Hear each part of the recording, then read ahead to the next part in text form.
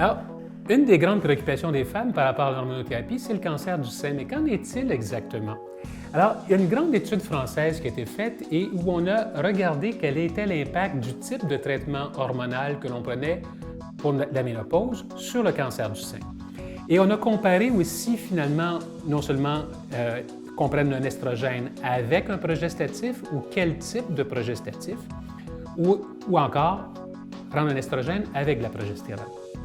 Et ce qui est très intéressant, c'est que si on prend un estrogène seul, on a un risque relatif plus important d'avoir un cancer du sein que si on ne prend pas d'estrogène.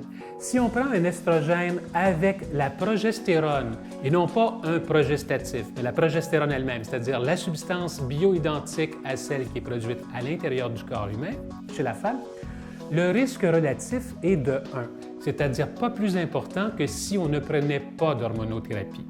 Et ça, c'est très important de le savoir, à savoir que estrogène seul augmente le risque de cancer du sein, estrogène et progestérone ne semblent pas l'augmenter, estrogène et progestatif augmentent le risque de cancer du sein. Et nous y reviendrons plus tard pour savoir quel type d'hormonothérapie prendre, mais donc, le choix du bon progestatif peut faire toute la différence. Et quand je dis bon progestatif, j'inclus la progestérone parce que c'est la progestérone qui, de fait, devrait être toujours prescrite. Une autre des inquiétudes des femmes est de savoir quel est le risque de l'hormonothérapie sur le fait de faire des caillots dans les veines, ou ce qu'on appelle les thromboses endoveineuses, qui peuvent, à l'occasion aussi, se compliquer d'une embolie pulmonaire. Alors, effectivement, la prise d'estrogène par la bouche augmente le risque de thrombose veineuse. Et on le voit ici dans le graphique. Alors, le fait de prendre des estrogènes multiplie par 3,5 fois notre risque d'avoir effectivement une thrombose, mais seulement si c'est pris par la bouche. Alors qu'on voit que si on prend finalement les estrogènes par voie transdermique, c'est-à-dire soit sous forme de gel ou sous forme de timbre, le risque n'est pas plus élevé que si on ne prend pas d'estrogène. Alors, c'est dire que finalement, si on doit prendre une hormonothérapie, on doit la prendre de façon transdermique et jamais par la bouche autant que possible. Par ailleurs, pour le risque d'accident cérébrovasculaire ou d'accident vasculaire cérébral selon le choix, la voie d'administration est importante aussi et quand on donne une dose qui est la dose habituelle par voie transdermique pour la ménopause, il n'y a pas d'augmentation du risque d'accident vasculaire. Alors, encore une fois, on s'aperçoit que de l'importance de la voie d'administration au niveau de l'hormonothérapie. Finalement, qu'en est-il du risque de cholécystite?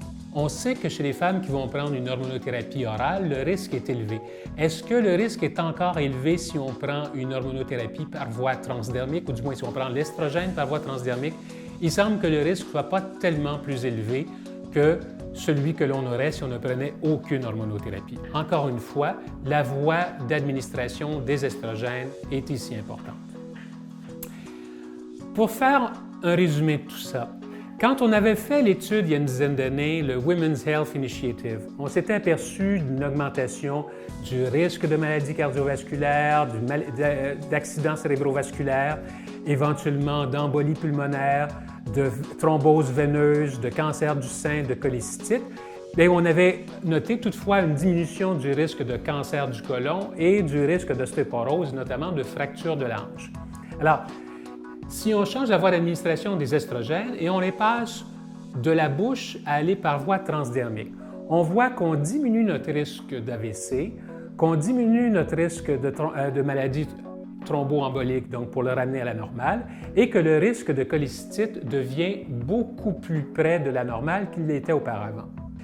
Si en plus on ajoute à l'estrogène de la progestérone, et je dis bien de la progestérone et non pas un progestatif, donc la progestérone identique à celle qui est produite dans le corps humain, on réduit notre risque de cancer du sein pour le ramener à ce qu'il serait même si on ne prenait pas d'hormonothérapie. Ensuite, si on utilise la voie transdermique et que finalement on donne les estrogènes avant l'âge de 60 ans, on diminue aussi le risque de maladies cardiovasculaires. On passe à cette diminution du risque en changeant la voie d'administration, à celle-ci en ajoutant de la progestérone à l'estrogène et à celle-ci en donnant notre traitement avant l'âge de 60 ans. Et on finalise donc notre distribution des risques comme étant celle-ci, à savoir que tous les risques sont diminués, sauf peut-être le risque de cholécystite qui est discrètement augmenté. Alors donc, les avantages de l'hormonothérapie chez la femme de moins de 60 ans, si on utilise la voie transdermique et si on complète par de la progestérone, sont significatifs. Et j'ajoute, si on complète avec de la progestérone et aucun autre progestatif, et on devrait compléter avec la progestérone même si la femme a été opérée pour son utérus et n'en a plus, car la progestérone agit au niveau du sein et agit aussi au niveau thromboembolique pour diminuer le risque.